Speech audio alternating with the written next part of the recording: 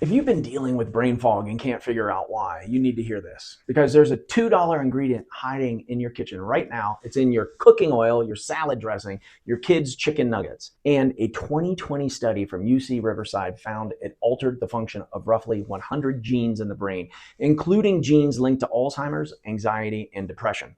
But here's what nobody's telling you. This ingredient in almost every item on the McDonald's menu, and it might be why your brain hasn't felt right in years.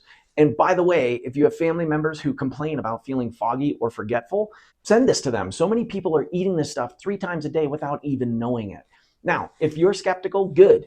You should be. There is a lot of nonsense about toxic foods online, but this is different. Peer-reviewed study from UC Riverside published in the Journal of Endocrinology.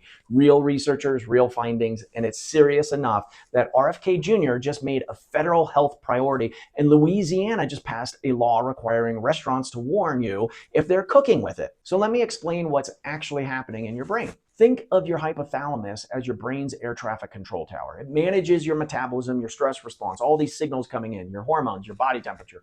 Everything important goes through this one little region. Now imagine someone walks into that control tower and starts flipping switches at random. That's what this study found soybean oil was doing. It affected about 100 different genes in the hypothalamus. Some of those genes are linked to Alzheimer's, some to autism, some to anxiety and depression.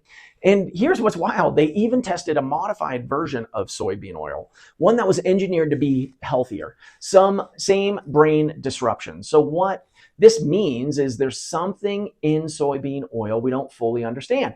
And we've been eating massive amounts of it for decades. So here's what gets me. The villain here isn't eating fast food. Sometimes the villain is the FDA's GRAS, the GRAS classification. GRAS stands for generally recognized as safe. And the FDA slapped that label on refined soybean oil without ever requiring brain safety testing. Heart studies, sure, but nobody checked what it was doing to your hypothalamus. And the industry knew there were concerns. Back in the 80s, the NIH held 4 separate workshops raising red flags about seed oils. You know what they decided: not to warn the public because it might contradict the cholesterol messaging. Meanwhile, soybean oil consumption increased over 1,000-fold between 1909 and 1999. So we went basically from zero to it being everywhere. And it's everywhere because it is dirt cheap. A gallon of soybean oil costs $4. Olive oil, over 20. So let me paint a picture for you.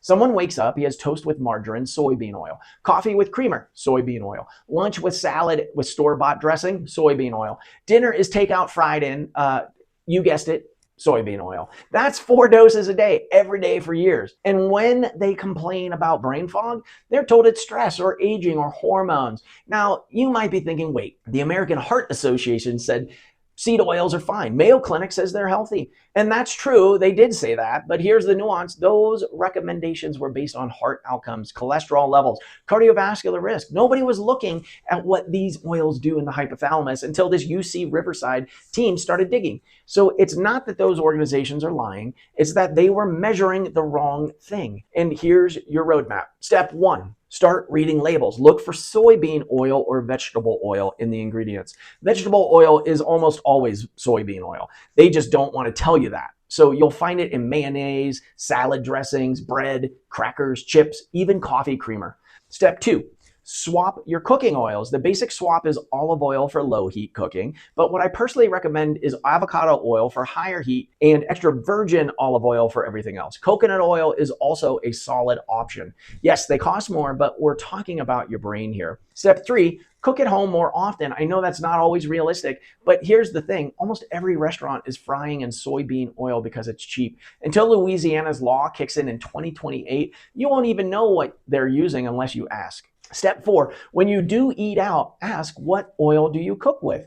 It's a simple question, and more restaurants are starting to use better oils because customers are demanding it, and we should. If you make these swaps consistently, most people start noticing clearer thinking within a few weeks.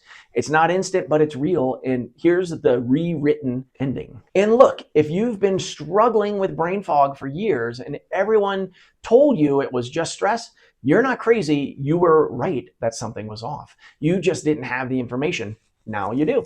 So if you've been eating this stuff your whole life, don't panic. Your body is resilient. The most important thing is to start making small swaps today. You don't have to be perfect. Every meal without soybean oil is a win. But here's the thing that used to frustrate me. You can do everything right, swap the oils, read the labels, cook at home, and your brain still needs time to recover. And we're talking weeks, sometimes longer. And in the meantime, you still have to show up. You still have to think clearly at work. You still have to be present with your family. Thank goodness for that. So what do you do while your body's catching up? That's actually why I pulled this video out for you here to watch next.